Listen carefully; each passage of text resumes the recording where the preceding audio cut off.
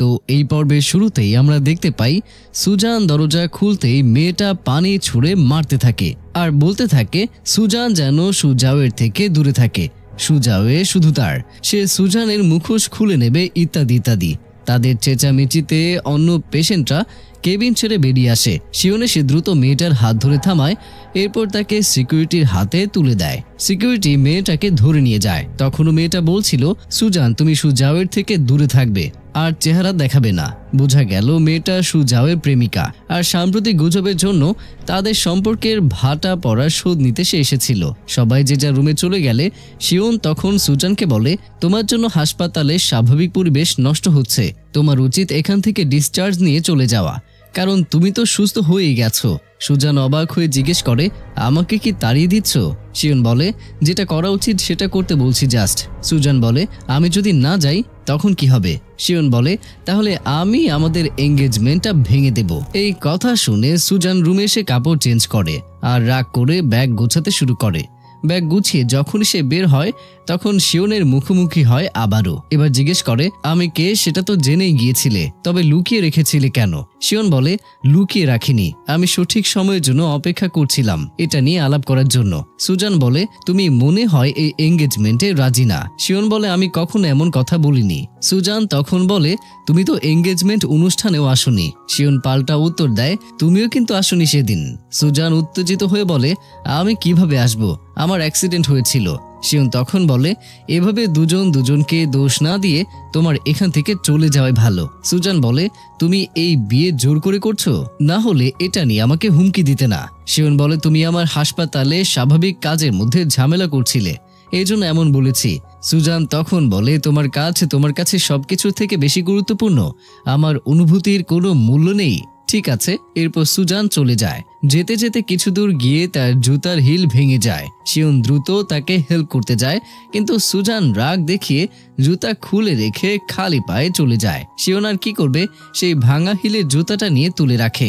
এরপর দেখা যায় খালি পায়ে সারা রাস্তা হেঁটে ট্যাক্সিতে বাড়ি ফিরে সুজান। এরপর ঘরে ঢুকেই দরজার কাছে বসেই কান্না করতে থাকে আর এখানে শিওনের সাথে ঘটা অতীতের কিছু কথা মনে করতে থাকে। এমন সময় দরজায় কেউ নক করে। সুজান চোখ মুছে উঠে দরজা খুলে দেখে শিওন দাঁড়িয়ে। ঠাস করে সে দরজা লাগিয়ে দিয়ে সুজান ভাবতে থাকে আমি জানতাম শিওন আমাকে একা ছাড়বে না। এরপর দরজা খুলে বলে তুমি না বললে এঙ্গেজমেন্ট ভেঙে দিয়েছো? শিওন এখানে কোনো কথা না বলে রুমে ঢুকে প্রথমে লাইট জ্বালায় আর সে ওই ভাঙা জুতাকে ঠিক করে এনেছিল সেটা ঠিক জায়গা মতো রেখে দেয়। তারপর ঘরে জুতা এনে সুজানের পায়ের কাছে রাখে পরার জন্য। সুজান এতে অবাক হয়ে যায়। এরপর সুজানকে ডেকে নিয়ে সোফায় বসিয়ে নিজের কোলের ওপরে সুজানের পা তুলে নিয়ে পায়ের ক্ষততে চিকিৎসা করতে থাকে। সুজান মনে মনে ভাবে আমি তো জানতাম না তোমার ভেতরে এত সুন্দর মিষ্টিত্ব আছে।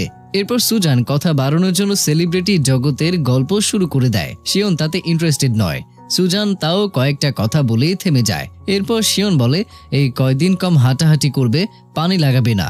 সুজান এবার বলে যেহেতু বাইরে অনেক ঠান্ডা, চা কফি কিছু খেতে খেতে কিছুক্ষণ আড্ডা দেওয়া যেতে পারে। এরপর সুজান ফ্রিজ থেকে কিছু আনতে যায় আর ফিরে দেখে শিওন চলে গেছে।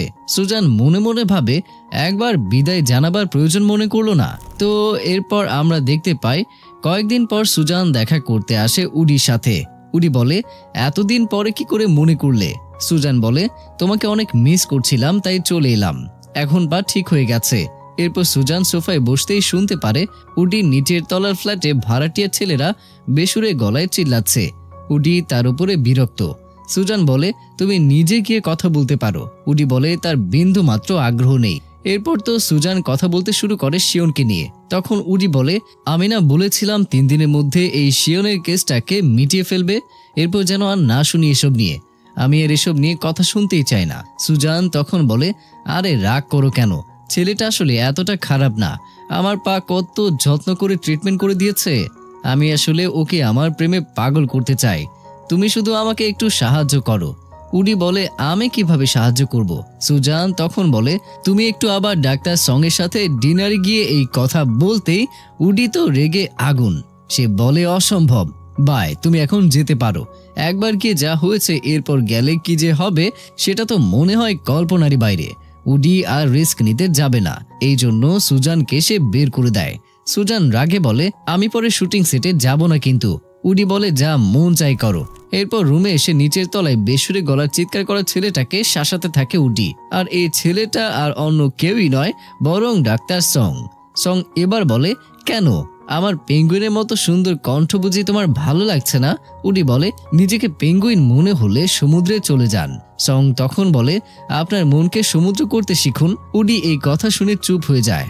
রাতের বেলায় সং যখন ঘুমিয়েছিল তখন তার মুখে ছাদ বেয়ে পানি পড়তে থাকে যাতে ঘুম ভেঙে যায়। ঘুম ঘুম চোখে সে উপরের ফ্ল্যাটের লোকটাকে থ্রেট দেওয়ার জন্য লিফটে করে উপরে তলায় যায়। এরপর দরজায় জোরে জোরে নক করে। উডি তখন পানির মিস্ত্রিকে কল করছিল, কিন্তু এত রাত হয়ে গেছে যে কেউ আসতেই চাইছে না। এমন সময় দরজায় নকের আওয়াজে সে দরজা খুলে দেখে সং দাঁড়িয়ে আছে। তখন উডি তাকে বলে, এ কি, আমাকে ফলো করতে করতে এখানে চলে এসেছো? কি চাই তোমার? আমি তো বলেছি আমাদের মধ্যে আর কথা হবে না। সং তখন বলে, আমি নিচে তলায় থাকি। এরপর সং লিক হয়ে যাওয়া বেসিনের পাইপ ঠিক করতে শুরু করে। উডি কিছুটা ইমপ্রেস হয়ে যায়। এবার সে আস্তে আস্তে ডাক্তার ঝোয়ের ব্যাপারে জানতে চায়। তারা একই স্কুলের কিনা। সং বলে, আমরা একই স্কুলের, এমনকি রুমমেটও ছিলাম। এবার উডি জিজ্ঞেস করে, ডাক্তার ঝো কেমন স্বভাবের? সং বলে, প্রথম 6 মাস তো আমার সাথে কথাই বলেনি, পরে আস্তে আস্তে আমরা ক্লোজ হয়েছি। উডি বলে, তার মানে উনি ধীরে ধীরে নরম হয়? সং সায় দিয়ে বলে, অনেকটা তাই। তারপর প্রশ্ন করে, শিওন আর সুজানের এঙ্গেজমেন্ট কিভাবে হলো? অ্যারেঞ্জ ম্যারেজ টাইপ নাকি? উডি বলে, আমি জানি না, তুমি জিজ্ঞেস করো গিয়ে শিওনের কাছে। তোমার না ভাই ব্রাদার? সং বলে, কেন, সুজান কিছু বলেনি নাকি ফেক সিস্টার? এরপর পাইপ ঠিক করে দিয়ে উডিকে দেখাচ্ছিল কিভাবে কি করছে, কিন্তু তখনই আবার সেখান থেকে পানি ছিটকে পুরো ভিজিয়ে দেয়। তখন সং শয়তানি করে উডির পেছনে লুকালে উডি ভিজে যায়। উডি এবার বালতির পানি নিয়ে ছুঁড়ে মারতে থাকে। দুজনে অনেকক্ষণ পানি নিয়ে মজা করতে থাকে।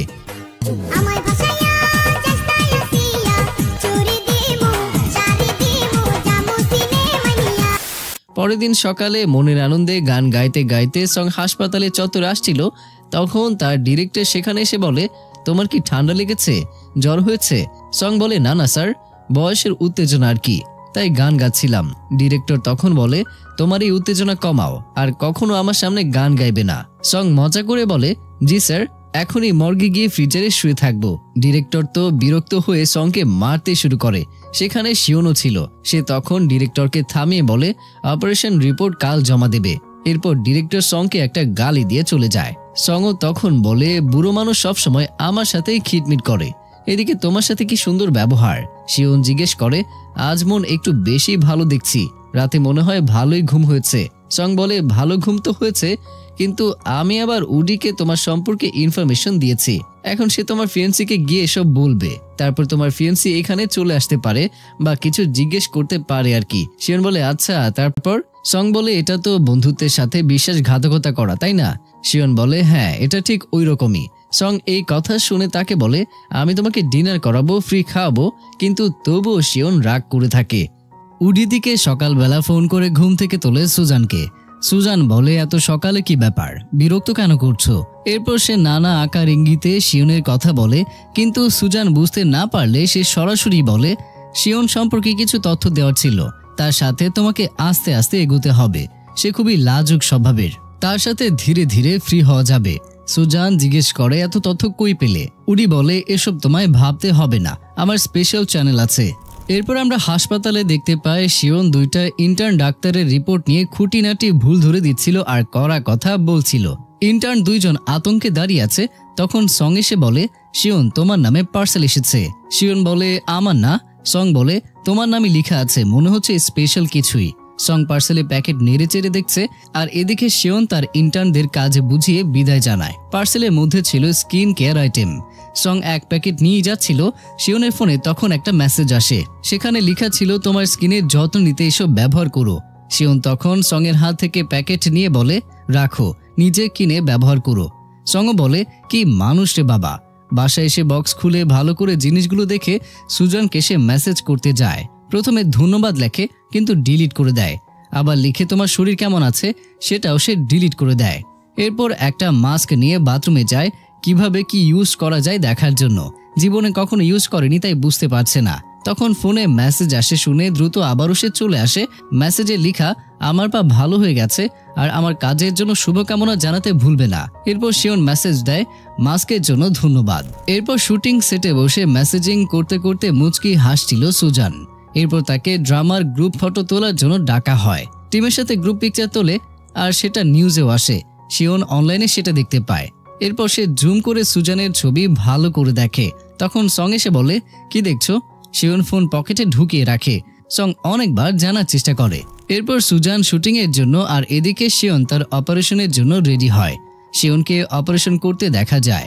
এরপর এক সিন শুটিং শেষে সুজান অসুস্থ হয়ে পড়ে, বমি করতে শুরু করে। তখন উডি তার পাশে বসে জিটং এর নামে কমপ্লেন করতে থাকে। এক সিন করতে সে বারবার ভুল করছে, কাশছে বারবার, মনে হয় অভিনয় করছে। সুজান বলে হতেই পারে সে অসুস্থ। এরপর উঠে বসে সুজান। উডি বলে আমি তাও দেখে আসছি। এবার সুজান মেসেজ করে শিওনকে। সে বলে আমাকে মিস করছো নাকি? এটা লিখে আবার সে রিমুভও করে দেয়। আবার লিখে কি করছো এখন, এটাও সে রিমুভ করে দেয়। সাথে সাথে ওপাশ থেকে মেসেজ আসে, তোমার শুটিং এর জন্য অভিনন্দন। সুজান খুশি হয়ে ধন্যবাদ লিখে মেসেজ করে, কিন্তু মেসেজটি যায় না আর টাইপিং মুডে অপর প্রান্তে শো করতে থাকে। এর মাঝে নতুন সেটের স্ক্রিপ্ট আসে, সেটা নিয়ে ব্যস্ত হয়ে পড়ে সুজান। উডি এদিকে গিয়ে দেখে জিটং হয়তো সত্যিই অসুস্থ, অভিনয় করছে না। ফিরে এসে সেটা সুজানকে সে জানায়। সুজান বলে এত চিন্তা করে লাভ নেই। উডি বলে সবাইকে সহজে বিশ্বাস করতে যেও না, বিপদে পড়বে। অন্যদিকে শিওন তো মোবাইলের স্ক্রিনে তাকিয়ে আছে, কখন মেসেজ আসে। এর মধ্যে ডিরেক্টর তাকে ডাক দেয়। সেখানে যেতে যেতেও সে স্ক্রিনে তাকিয়ে আছে। ডিরেক্টর কথা বলছে, শিওন মাথা নিচু করে তাকিয়ে আছে তো আছেই। ডিরেক্টর কি বলছে তাতে শুধু সে হা হু করছে। প্রেমের অনুভূতি হয়তো এমনই পাথরকেও গলাতে শুরু করতে পারে। ডিরেক্টর একটা ইম্পর্টেন্ট অপারেশনের দায়িত্ব নিয়ে কথা বলছিল, সতর্ক থাকার কথা বলছে, কিন্তু সেও এদিকে কোনো খেয়ালই করছে না। এদিকে সুজানের কাছে জিটং আসে পরের সিনের ব্যাপারে ডিসকাস করার জন্য। দূর থেকেই আলাপ করে, কারণ জিটং চায় না তার থেকে ঠান্ডার জীবাণু সুজানের শরীরে যাক। এত নম্র ব্যবহার কে সন্দেহ করবে। পরের সিন ছিল থাপ্পড় দেওয়া নিয়ে। সুজান সিন শেষে জিটংকে থাপ্পড় দেবে, সেই ইমোশন কেমন হবে এটাই। এরপর সুজান ফিরে এসে মোবাইল ধরে দেখে তার মেসেজ যায়নি। দ্রুত সে মেসেজ দেয়, আমি ব্যস্ত আছি, তুমি নিজের যত্ন নিও। এবার তো প্রেমিক ডাক্তার পুরাই চাঙ্গা। শিওন উঠে ডিরেক্টরকে বলে, আমি অপারেশনের জন্য রেডি স্যার। এই বলে সে চলে যায়। ডিরেক্টর ভাবে এই ছেলের হঠাৎ কি হয়ে গেল।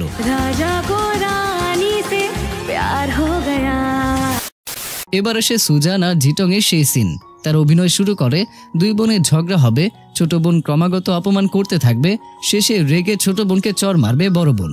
এখন যখন চর মারার সিন আসে, সুজান চর মারে, সব ঠিক, কিন্তু জিটং শেষে কাশি দিয়ে সিন খারাপ করে দেয়।